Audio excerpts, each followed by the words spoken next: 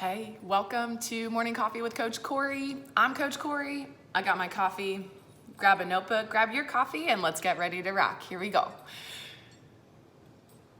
Today we're talking about choosing happiness and walking the talk. Choose happiness, walk the talk. We're gonna get right into what that means. I have some notes down here, so if you notice glancing down, I just wanna make sure I'm covering everything and keeping my thoughts organized and on track. We got Hawkeye running around here in the background. That's my dog. He's gonna be playing and trying to recruit me to play, but I'm right here with you. I'm gonna stay focused, so let's do this. First of all, I want to start by talking about my history with this statement, choose happiness. And frankly, how pissed off I got the first time my store manager in a Lululemon, where I was working on the floor retail, my store manager said this to me. I was having a complete breakdown, like bawling my eyes out, probably because I was insecure with where I was and what I was doing and who I was. I was insecure with my finances and my body, so my nutrition kind of creeping up on me right away. So I'm in the back room at Lululemon in the Keystone Mall in Indianapolis, and I'm just like losing my shit. And my store manager, Chelsea Pipp, comes up to me and she's like, "Hey, Courey, like, you need to choose happiness. Like, it is a choice." And in my mind, I'm so taken aback, and I'm like, well, fuck that. Like, you don't understand what's going on in here and what I've been through. I was coming off of Division I athletics, and ladies, if you have that kind of background, I feel like I don't even need to say much more. You can understand the enormous pressure that you're under as an athlete, both from your coaches, from the college and the heat that the coaches are receiving, but then from your teammates and the people who are in your immediate circle all around you. And just the effect of, being in an environment that is just inherently unhealthy. It's hard.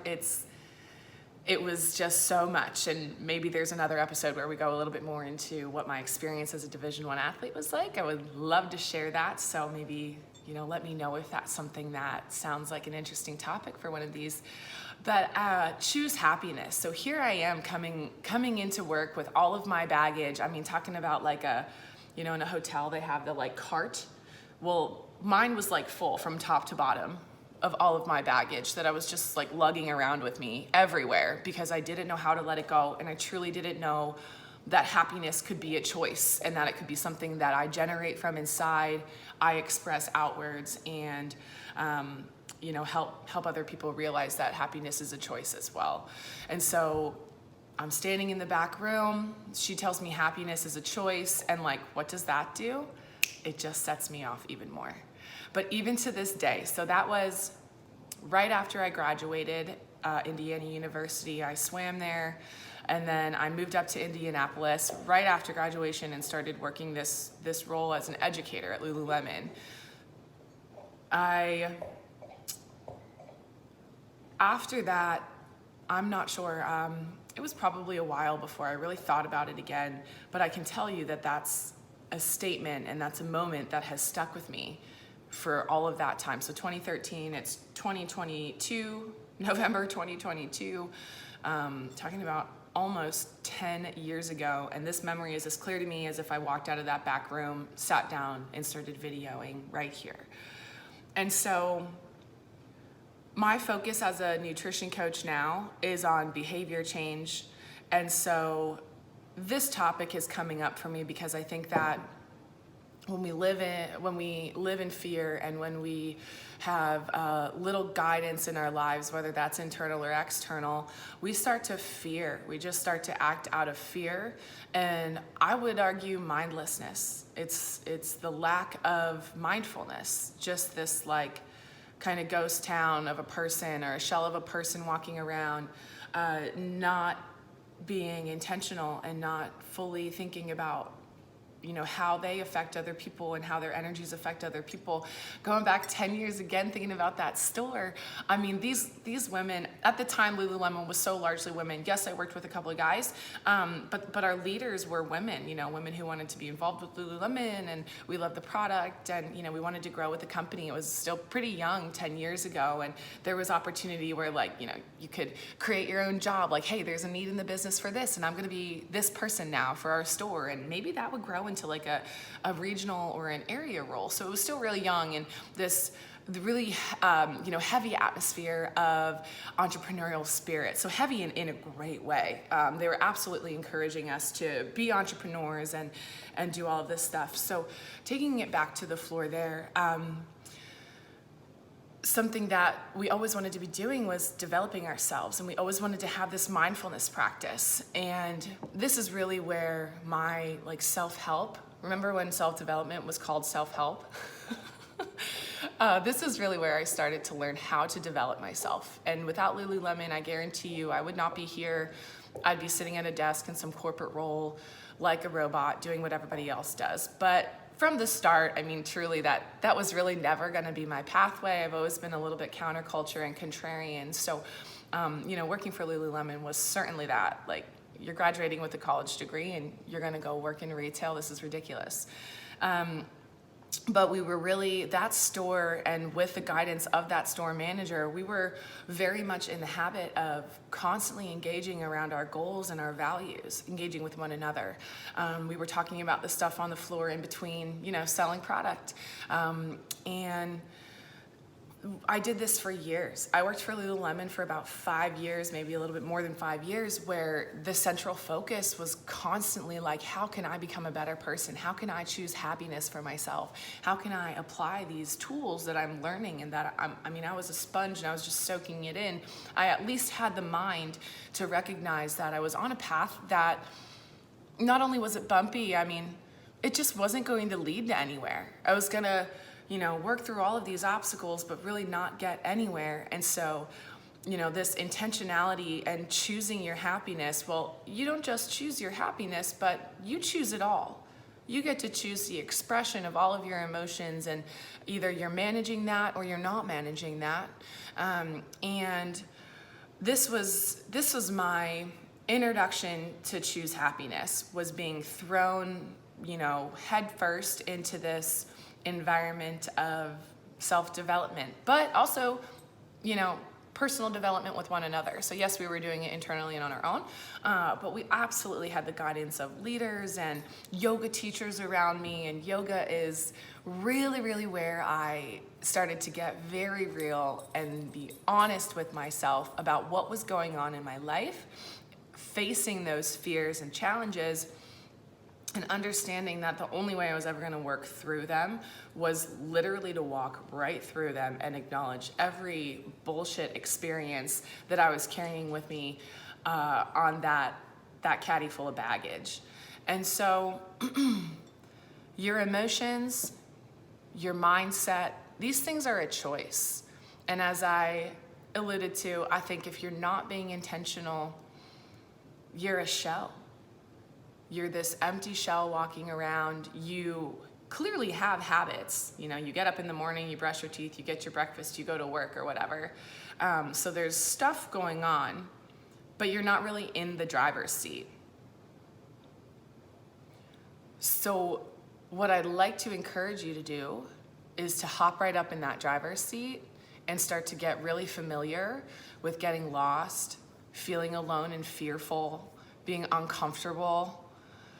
Notice when you're in a fixed mindset, because essentially operating from a place of fear is just operating a fixed mindset. And what do we want? We want the opposite. We want that growth mindset. We want to be constantly learning and expanding our mind. Once we expand it, it's not going to go back to the way it was. And if it does, I feel like you almost have to work for that too. So don't be working, don't be trying to swim upstream, so to speak. What we want to do is find that area of flow. Flow in yoga is defined as the path of least resistance.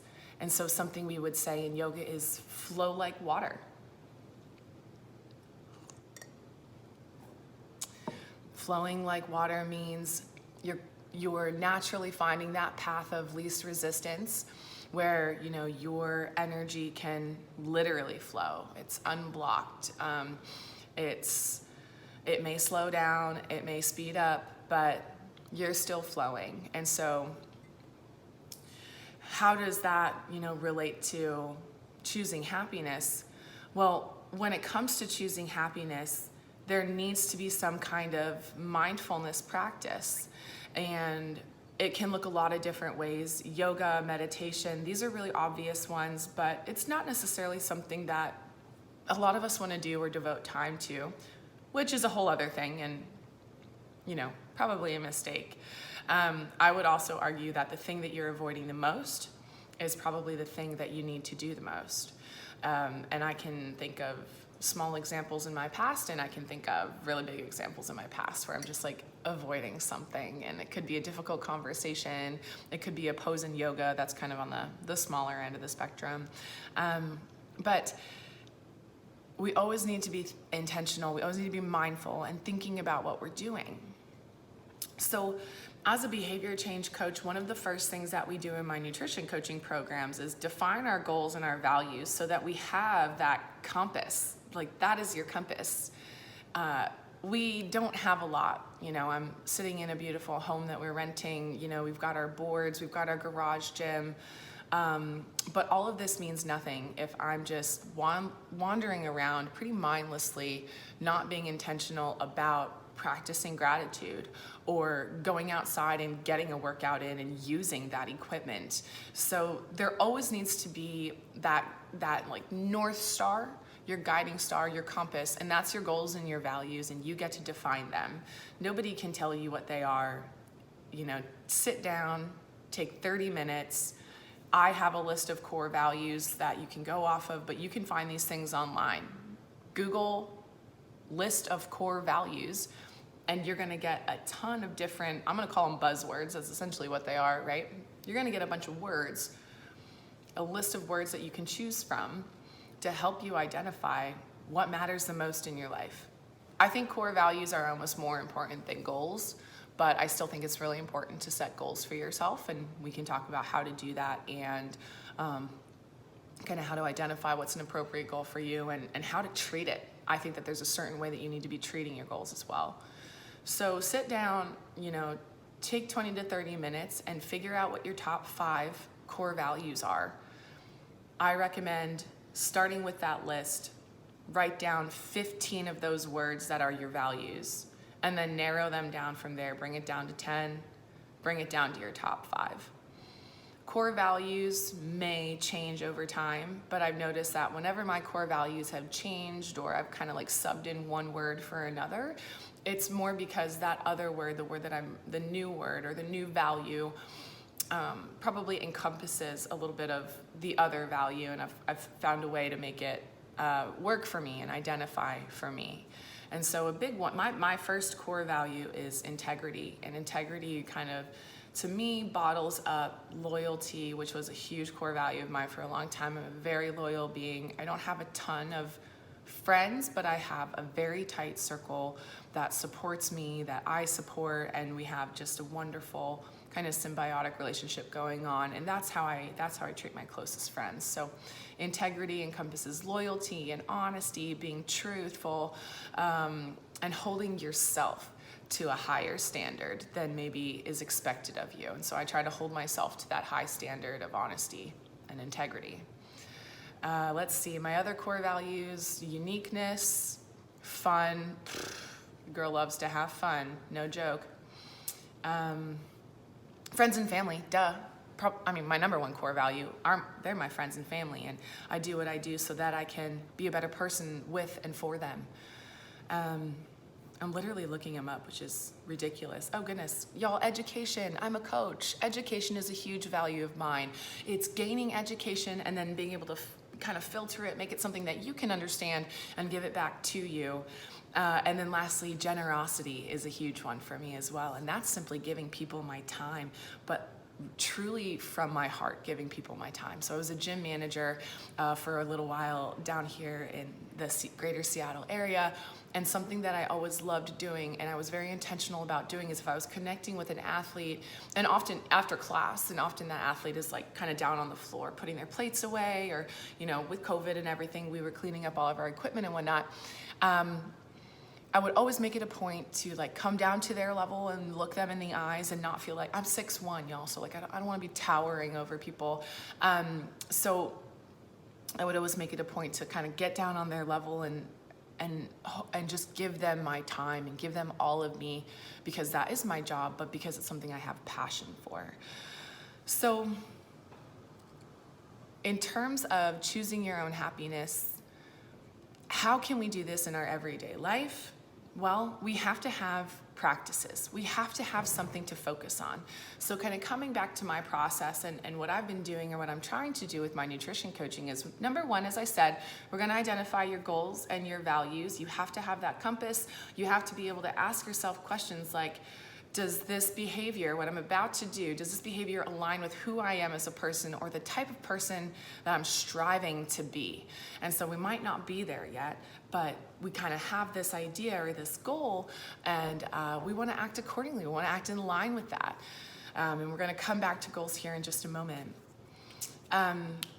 So you need to, my recommendation, I guess, is really to have an ongoing practice. You should be focusing on something every single day. And likely you're going to be able, as you employ a practice like this, a mindfulness practice or intentionality, you'll likely be able to focus on a few different things that are extremely important to you throughout the day. And so I recommend creating goals. Your core values will stay. Your core values you'll carry with you everywhere. You're not going to compartmentalize like, oh, when I'm off work, these are my core values, or when I'm working, these are my core values. No. Your core values will stay consistent, but your goals, we can kind of put them into categories. And so have goals for your health and fitness, have goals for your personal or social life, or spiritual even, have goals for your professional life. So whatever you're getting into at work. And that way you always have something to work on no matter where you're at. I'll share with you my biggest pet peeve right now is that I'm speaking with a lot of women who it sounds like they have goals. They want to feel a certain way, they want to look a certain way, and they want to behave a certain way. But when it comes down to it, they're not willing to put in the work to work the process of reaching whatever that goal is. Right now, I'm just coming from a place of curiosity, and I'm trying to figure out why. Because it feels like I'm not nailing it for these people. So full transparency, I have fears and I have doubts, and these are things that I'm dealing with all the time. And I also have strategies that help me counter that fear and doubt so that I can choose happiness every single day, in every single moment.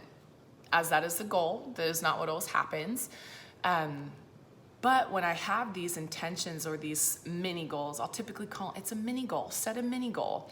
And so when it comes to your goals, I think that first of all, we want to think on a continuum. So I'll always encourage my clients and people that I'm working with, think on a continuum. Like, life is not just black and white. It's very easy to say this was good or this was bad. But in fact, there's a continuum here, and there may be bad behavior, and good behavior might sit somewhere in the middle. And then there's like excellent and the fullest expression of the behavior that you're shooting for, or the type of person that you're trying to be. So think on a continuum, and when you have a goal, break it down into what would be the hardest version of that goal, the easiest, or the medium version, and then the easiest. So essentially 3 tiers of what it would mean to check that box, to accomplish that goal, that mini goal. The mini goals add up to the big goal. So we have to think in terms of mini goals. Otherwise, we're looking off in the horizon wondering how the hell we're ever going to get there. It's about working the process. It's about loving the process. And if you can choose happiness in each and every moment in that process, then every single day you're taking steps towards your goals. And even if you think, oh, I took a step back, if you have the awareness, the mindfulness to recognize that maybe something didn't work in your favor or didn't help you reach your goals, then that's a step forward. Don't discredit a learning. Don't ever discredit learning the hard way, which I feel like I've just nailed. I've just done so much of. I am the expert here to bring this to you because I've just wrecked myself mentally and emotionally, shooting too high, shooting too low, and everywhere in between, just being misled and truly not understanding. So when it comes to your goals, create 3 tiers. Let's say my goal is to hit my PR in my snatch and my clean and jerk. I'm getting excited about weightlifting here at home. Frankly, I haven't had a lot of motivation to do like metabolic conditioning and like CrossFit workouts. So I'm shooting a little bit lower, and I remember all movement is good movement. I remember that as long as I get out there, I do a little bit of something, even if it's like 20 or 30 minutes, a warm up and a few sets of something, like that is so much better than me just sitting in here and being on the computer working or sitting, around on the couch watching TV or whatever. So what I've done for myself and what I encourage my clients to do is to essentially create 3 tiers for your goal, that easy, medium, and hard variant of your goal. So if I say I'm the type of person who lives a healthy life, who chooses to work out and keep my body fit via movement, my fitness, and my nutrition, then I need to be making easy, medium, and hard goals for, now I actually just mentioned 2 areas because nutrition and fitness, of course, are going to go together, but we'll stick with the fitness. So when it comes to this, I want to make sure that I get a workout 5 days a week. There's been times where it's been 6. There's been times where it's like focusing on giving myself a rest day because, maybe I was in an emotional spot where I was just going to plow through rest days, but like kind of almost abusing my time in the gym. So everything within balance for sure. When it comes to that goal, again, it could be, all right, I went for a 40-minute walk. I moved my body. I chose not to sit around and be lazy and burn no calories. I at least did something. Check the box. I'm the type of person who works out 5 days a week. The medium variant of that would be, okay, I went out into the garage. I did my, 3-round warm-up. I did X amount of sets on, maybe it's like a shoulder to overhead, and I skied for we have a ski erg outside, and I skied for another 20 minutes or so, 10 to 20 minutes, let's say. It might not necessarily be everything that I wanted to get done that day, but dang, I got some stuff done. That's a workout. Check the box, medium variant. And then hard variant, or my highest level variant, would be, I'm paying for some kind of weightlifting program, and today I got it done, top to bottom, everything I wanted to get done. Spent 1.5 to 2 hours in the garage, whatever, moved my body, gave my soul what it needed. I'm ready to hit work again or whatever, come back in and have that client meeting, whatever it is. And so this is something I just talked with one of my clients about, is aiming lower. I think it's really easy for us to get defeated by our own goals because we're setting them way too high and way too far out, where we lose track of what's going on right in front of us. I think a lot of individuals, a lot of coaches and people in the service space honestly have kind of like these, it's like the hero's journey. It's like these failure moments that helped define who you are. Well, at the time when I was growing up, swimming was kind of huge. It's been huge around the Olympics. Michael Phelps, even before then, but Michael Phelps and Amanda Beard and Dara Torres and these individuals who were just crushing it in the swimming space. And Amanda Beard, someone who did it from a very young age, 13 years old. Well, my goals were, Beijing 08. I wanted to go to the Olympics in 2008, and I was shooting really high. That was going to be the year that I was graduating from high school and all of these things. Now, I've learned a lot about myself and why I didn't accomplish those goals. And it was because I wasn't in love with the process, and frankly, I didn't want it bad enough. And so I think that this goes along with choosing happiness, because we can get so upset around our goals, around when we don't accomplish our goals, that we stop choosing happiness and we fall victim to whatever it was, our own thought processes.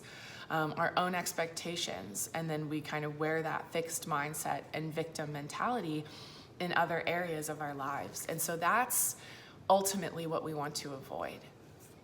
So set really big goals. Do not get me wrong. Set really big goals. Be flexible.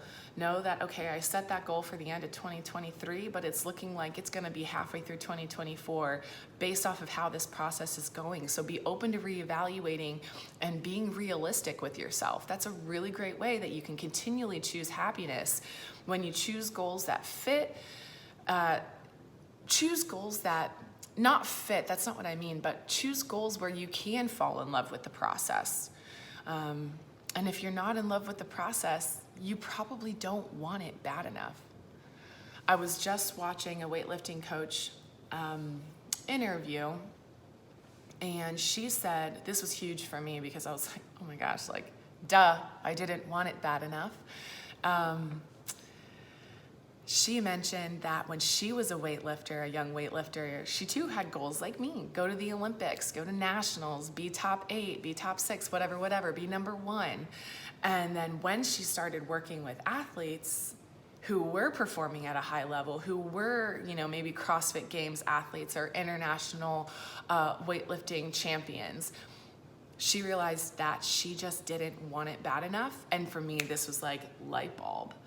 Like, I get to release all of this bullshit that I've been carrying around with me about how I'm a failed athlete, because I actually just realized now that I didn't want it bad enough.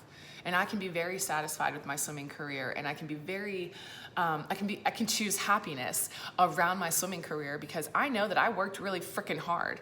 I threw down, man. I sacrificed fucking so much of my adolescence and my childhood to this athletic endeavor.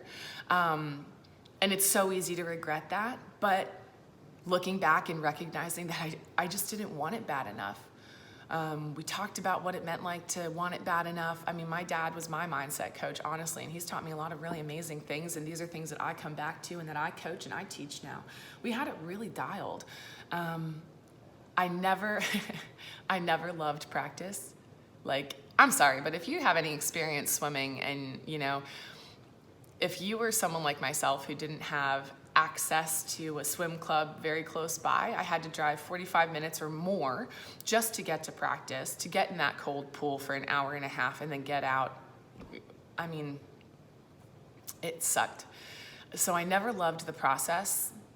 I was never going to be a great swimmer because I never loved the process.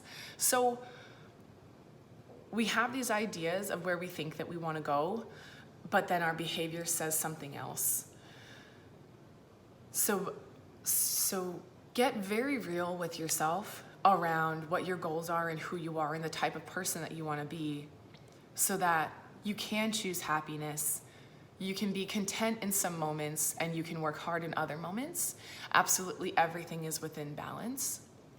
I think that choosing happiness is hard work. And so just like our goals, when we choose that we want something, we have to work really hard for it. Let go of fear and enjoy failing. Nutrition is trial and error. I tell all of my clients this. I wish I could just give you the diet and say, here, let's go. You got it. You can do it. Technically, you could. I have full faith in you. Discipline is amazing. Willpower is amazing. But you need to be very in touch with who you are and the type of person that you want to be, so that you can set appropriate goals for yourself, so that you can choose happiness and you can love failing and you can love the process and the path that's getting you to where you want to go. Right now, I am absolutely banging my head against the wall in terms of starting a business, but it's the most fun I've had in years because I am so passionate about it. I know exactly why I'm doing it, and I know that what I'm doing will benefit other people, and I need to, maybe it's hone in on my sales skills. Maybe it's actually not being so salesy because I kind of learned sales, in an aggressive way through a couple of different jobs and things like that. When you choose happiness, I think that you're able to remember that surviving the worst and coming out better than before is always worth it. So you're always practicing some kind of intentionality, you're being mindful, you're open to failing, and because failing excites you. Learning charges you up and gets you ready for whatever that next big challenge is going to be for yourself. So remember to choose happiness. You have full control of your thoughts and your behaviors. This is something that is within the sphere of your control. So absolutely fucking own it, because you are worth it. You're worth every moment of that hard work, that focus, that effort. If you have questions about choosing happiness, core values, setting goals for yourself, I would love to talk further. I hope that this was informative. I hope that this was helpful. And I hope that this helped you gain perspective on what it means to choose happiness, control your life, and set goals for yourself. This is Morning Coffee with Coach Courey. I hope that you enjoyed your coffee, enjoyed some good conversation, and I can't wait to be back here with you soon.